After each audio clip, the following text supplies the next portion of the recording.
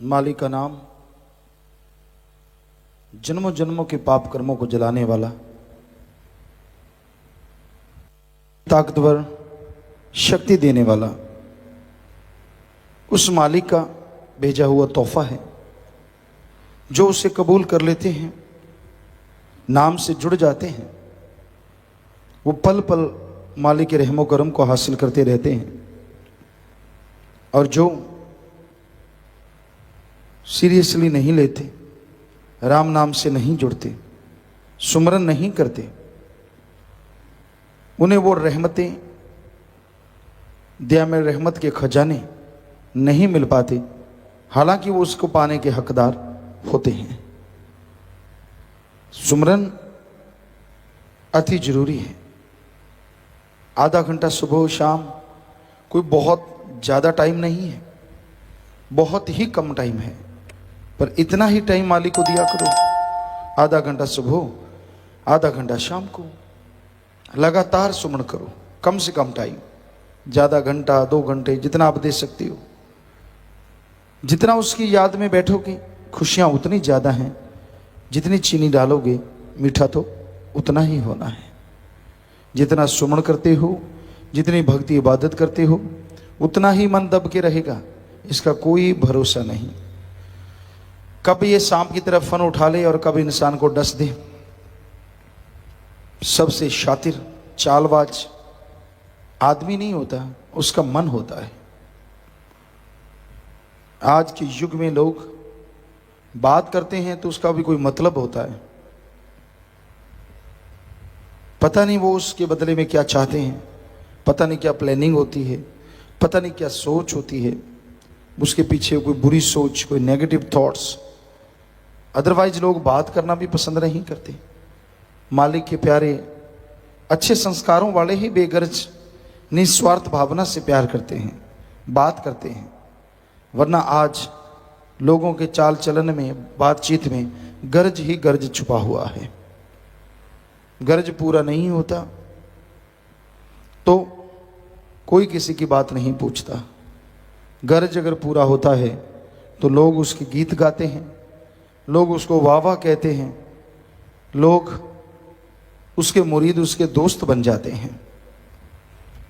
Base गर्ज, निस्वार्थ प्यार करो अल्लाह वाहिगुरु राम से, सतगुरु मौला से। बचनों और व्यवहार के पक्के बनो। हाथी की तरह दिखाने के और खाने के और नहीं होना चाहिए कि आप दिखते कुछ और हैं, असल में आप कुछ हैं कुछ और। अगर आप ऐसी भावना रखते हैं तो आप का हाल बुरा होने वाला है। इसलिए शुद्ध भावना रखो, सही भावना रखो। सेवा करने वालों, आपका व्यवहार 100% सही होना चाहिए। दोगली नीति ना अपनाओ। सही व्यवहार पे चलोगे, सही व्यवहार पे अमल करोगे तो मालिक पता नहीं कितनी बरकतें ला देंगे। और गलत व्यवहार करने लगोगे तो बना बनाया सब कुछ डूब भी सकता है। सेवा का मेवा मालिक देते हैं, इसमें कोई दो राय नहीं।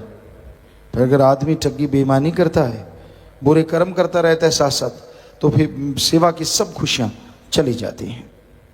अगर आप सेवा की तमाम खुशियां हासिल करना चाहते हो, आप चाहते हो कि वो उम्रों तक आपकी कुलों के काम आए, तो साफ नीयत से, सच्चे दिल से इंसानियत की सेवा करो। गलती पे गलती करते जाएंगे, मालिक रहमत भेजेंगे, लेकिन गलतियों की वजह से आपकी जोड़ी फटी है। रहमत आई चलेगी, आई चलेगी, आई चलेगी, कोई असर नहीं होगा। आप जैसे थे वैसे रह जाएंगे। फिर आप दोष देंगे अल्लाह को, वाहिगुरु को, राम को, सदगुरु को। मैं सेवा करता हूँ, मैं इतना कुछ करता हूँ, मुझ भी खुशी क्यों नहीं आती, घर में बरकतें क्यों नहीं आती। आए तो ना, अगर आप बच्चों पे पक्के रहो तो।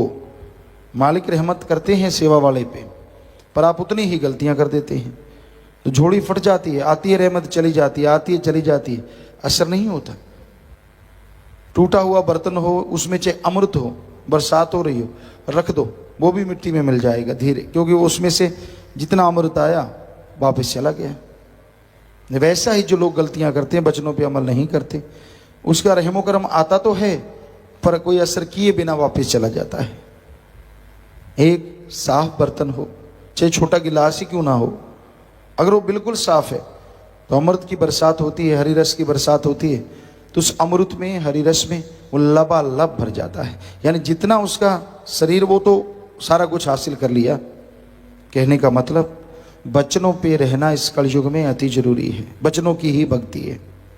इसलिए अपने व्यवहार को बदलो, सुमरण करो, व्यवहार में सुमरण शामिल करो कि हाँ भाई सुबह शाम आधा घंटा या घंटा सुबह शाम या आधा घंटा सुबह शाम मालिक को याद करेंगे।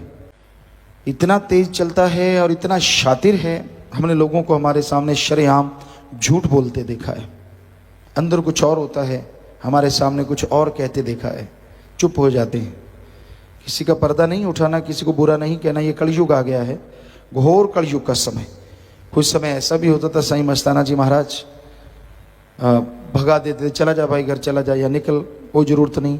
लेकिन वो मालिक के प्यारे बाहर खड़ जाते कि कोई बात नहीं। और फिर साईं जी थोड़ी देर बाद, भाई वो चला गया, नहीं गया तो बुलाओ उसको। फिर बुलाते और अपने रहमत के खजाने उसकी झोली में लबालब भर देते। पर आज का दौर बदल चुका है। आज का दौर तो ये है कि हाथ जोड़ जोड़ के लोगों को समझा लें, मान जाएं तो भला, ना माने तो भला, क्या कर सकते हैं। सख्त अल्फाज शब्दों में, लिखने में तो लिखे जा सकते हैं, बोलने में आज का दौर ऐसा है, कोई मालूम नहीं कौन सा आदमी पूंछ उठा के भाग ले, कुछ पता नहीं किसको कौन सी चीज चुप जाए। हमें ये कभी समझ नहीं आया लोगों का अजीबोगरीब व्यवहार। हालांकि समझ तो होता है, लेकिन अगर दुनियावी तौर पे कहें कि इतनी बड़ी सभा में सत्संग, साथ संगत को ही वचन होता है, पूरी संगत को, किसी को कभी कोई पर्सनली नहीं कहा जाता। आप जो वचन कर रहे हैं, मालिक करवा रहे हैं, हम तो खाक हैं, और आपको लगता है कि ये मेरे को कहा जा रहा है, तो इसका मतलब आप में कमी है। और आप में कमी नहीं है तो आपको क्यों लगता है, ये समझ नहीं आती। जब आप में कोई कमी नहीं है, जब आप सही हैं, तो आपको कभी लगना नहीं चाहिए। इसलिए भाई पीर फकीर तो समय के अनुसार, पंजाबी में कहावत है, जैसी वाह वैसा उल्लाह, जैसी हवा चलती है वैसी ओट ले ली जाती है। सो जैसा कलयुग का दौर है, फकीर भी छोड़ देते हैं कि राम तू जान, हम तो अपने ड्यूटी बजाएंगे, वो तो नहीं छोड़ते। वचन तो करने ही है, कहना ही है सब कुछ, पर पर्सनली किसी को कहना बड़ा ही मुश्किल है।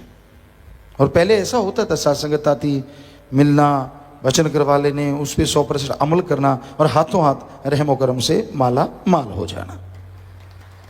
आज तो क्यों किंतु परंतु ने जगह ले ली है। यहाँ से भी कोई वचन हो तो भी क्यों, किस लिए। और इंसान अपने गिरेबान में नहीं देखता, 10 लोग दूसरे को देखेंगे, अच्छा ये उसको कहा जा रहा है, अच्छा ये उसको, अरे तू अपने आप की संभाल ले, किसको कह रहे हैं किसको नहीं कह रहे, तूने क्या लेना है। क्योंकि संत किसी एक को पर्सनली कभी नहीं कहते, पूरी साथ संगत के लिए वचन होते हैं।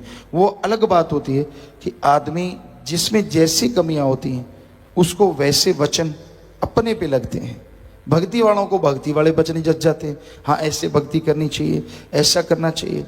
ये तो सारे पवित्र ग्रंथों में लिखा हुआ है कि सत्संग वही होता है जिसमें ये लगे कि मुझे कहा जा रहा है। वो सत्संग ही क्या हुआ जिसमें ये लगे ही ना कि नहीं यार पता नहीं किसको कह रहे हैं। आप बैठे हैं तो आपको ही कहा जा रहा है, आप सुन रहे हैं तो आपको ही कहा जा रहा है, और आप में जो कमियां हैं उनको निकाल दो। उल्टा तकरार करते हैं। तो भाई हम तो कभी किसी का बुरा ना सोच सकते हैं, ना करना तो दूर की बात है, सोचते भी नहीं। मालिक से दुआ करते रहते हैं, परेर करते रहते हैं, अरदास करते रहते हैं। इंसान की मर्जी है उन वचनों को कैसे मानता है, अमल करता है, सुन के चलता है, या अपनी ईगो में, अपने अहंकार में, अपनी खुदी में डूबा हुआ पीर फकीर की बात को छोड़ देता है, अमल नहीं करता कि मेरी बेइज्जती हो जाएगी, अगर मैंने स्वीकार कर लिया लोग क्या कहेंगे, सारे खिल्ली उड़ाएंगे। वो नहीं मंजूर, अपना अहंकार सलामत रहे, चाहे कुलों की बर्बादी हो जाए, ये लोगों को मंजूर है। ऐसा हमने देखा है। जरा छोटी छोटी सी बात भी कबूल करने को तैयार नहीं होते, कुछ भी बात नहीं होती, और जब उसके पीछे बर्बादी का तूफान आ जाता है फिर हाथ जोड़ते हैं, जी गलती हो गई। तो करते क्यों हो, मानते क्यों नहीं। इसलिए भाई वचन सुनो और मानो। इसलिए संत पीर फकीर बात कहते हैं, किसी का दिल दुखाने के लिए, किसी को तड़पाने के लिए, किसी का मन बुरा और हावी करने के लिए वचन नहीं करते। संत कहते हैं आप सुमन करो, वो तो आपके फायदे की है, उसमें तो गलत बात नहीं। संत ये कहते कि नाम जपो, अब ये तो कोई गलत नहीं, आप नहीं जपते लगेगा आपको भी कि मुझे कह रहे हैं, तो फिर जपो। जाप करोगे आपका मन काबू में आएगा, आपके अंदर की बुराइयां दूर होंगी और मालिक की दया में रहमत के काबिल आप। ਧੰਨ ਧੰਨ ਸਤਿਗੁਰੂ ਤੇਰਾ ਹੀ ਆਸਰਾ। ਗੁਰੂ ਜੀ ਦੀ ਪਿਆਰੀ ਸੰਗਤ ਨੂੰ ਨਿਵੇਦਨ ਕੀਤਾ ਜਾਂਦਾ ਹੈ ਕਿ ਹਰ ਰੋਜ਼ ਸਤਸੰਗ ਸੁਣਨ ਦੇ ਲਈ ਸਾਡੇ ਚੈਨਲ ਡੇਰਾ ਸੱਚਾ ਸੌਦਾ ਨੂੰ ਸਬਸਕ੍ਰਾਈਬ ਕਰ ਲੈਣਾ ਜੀ।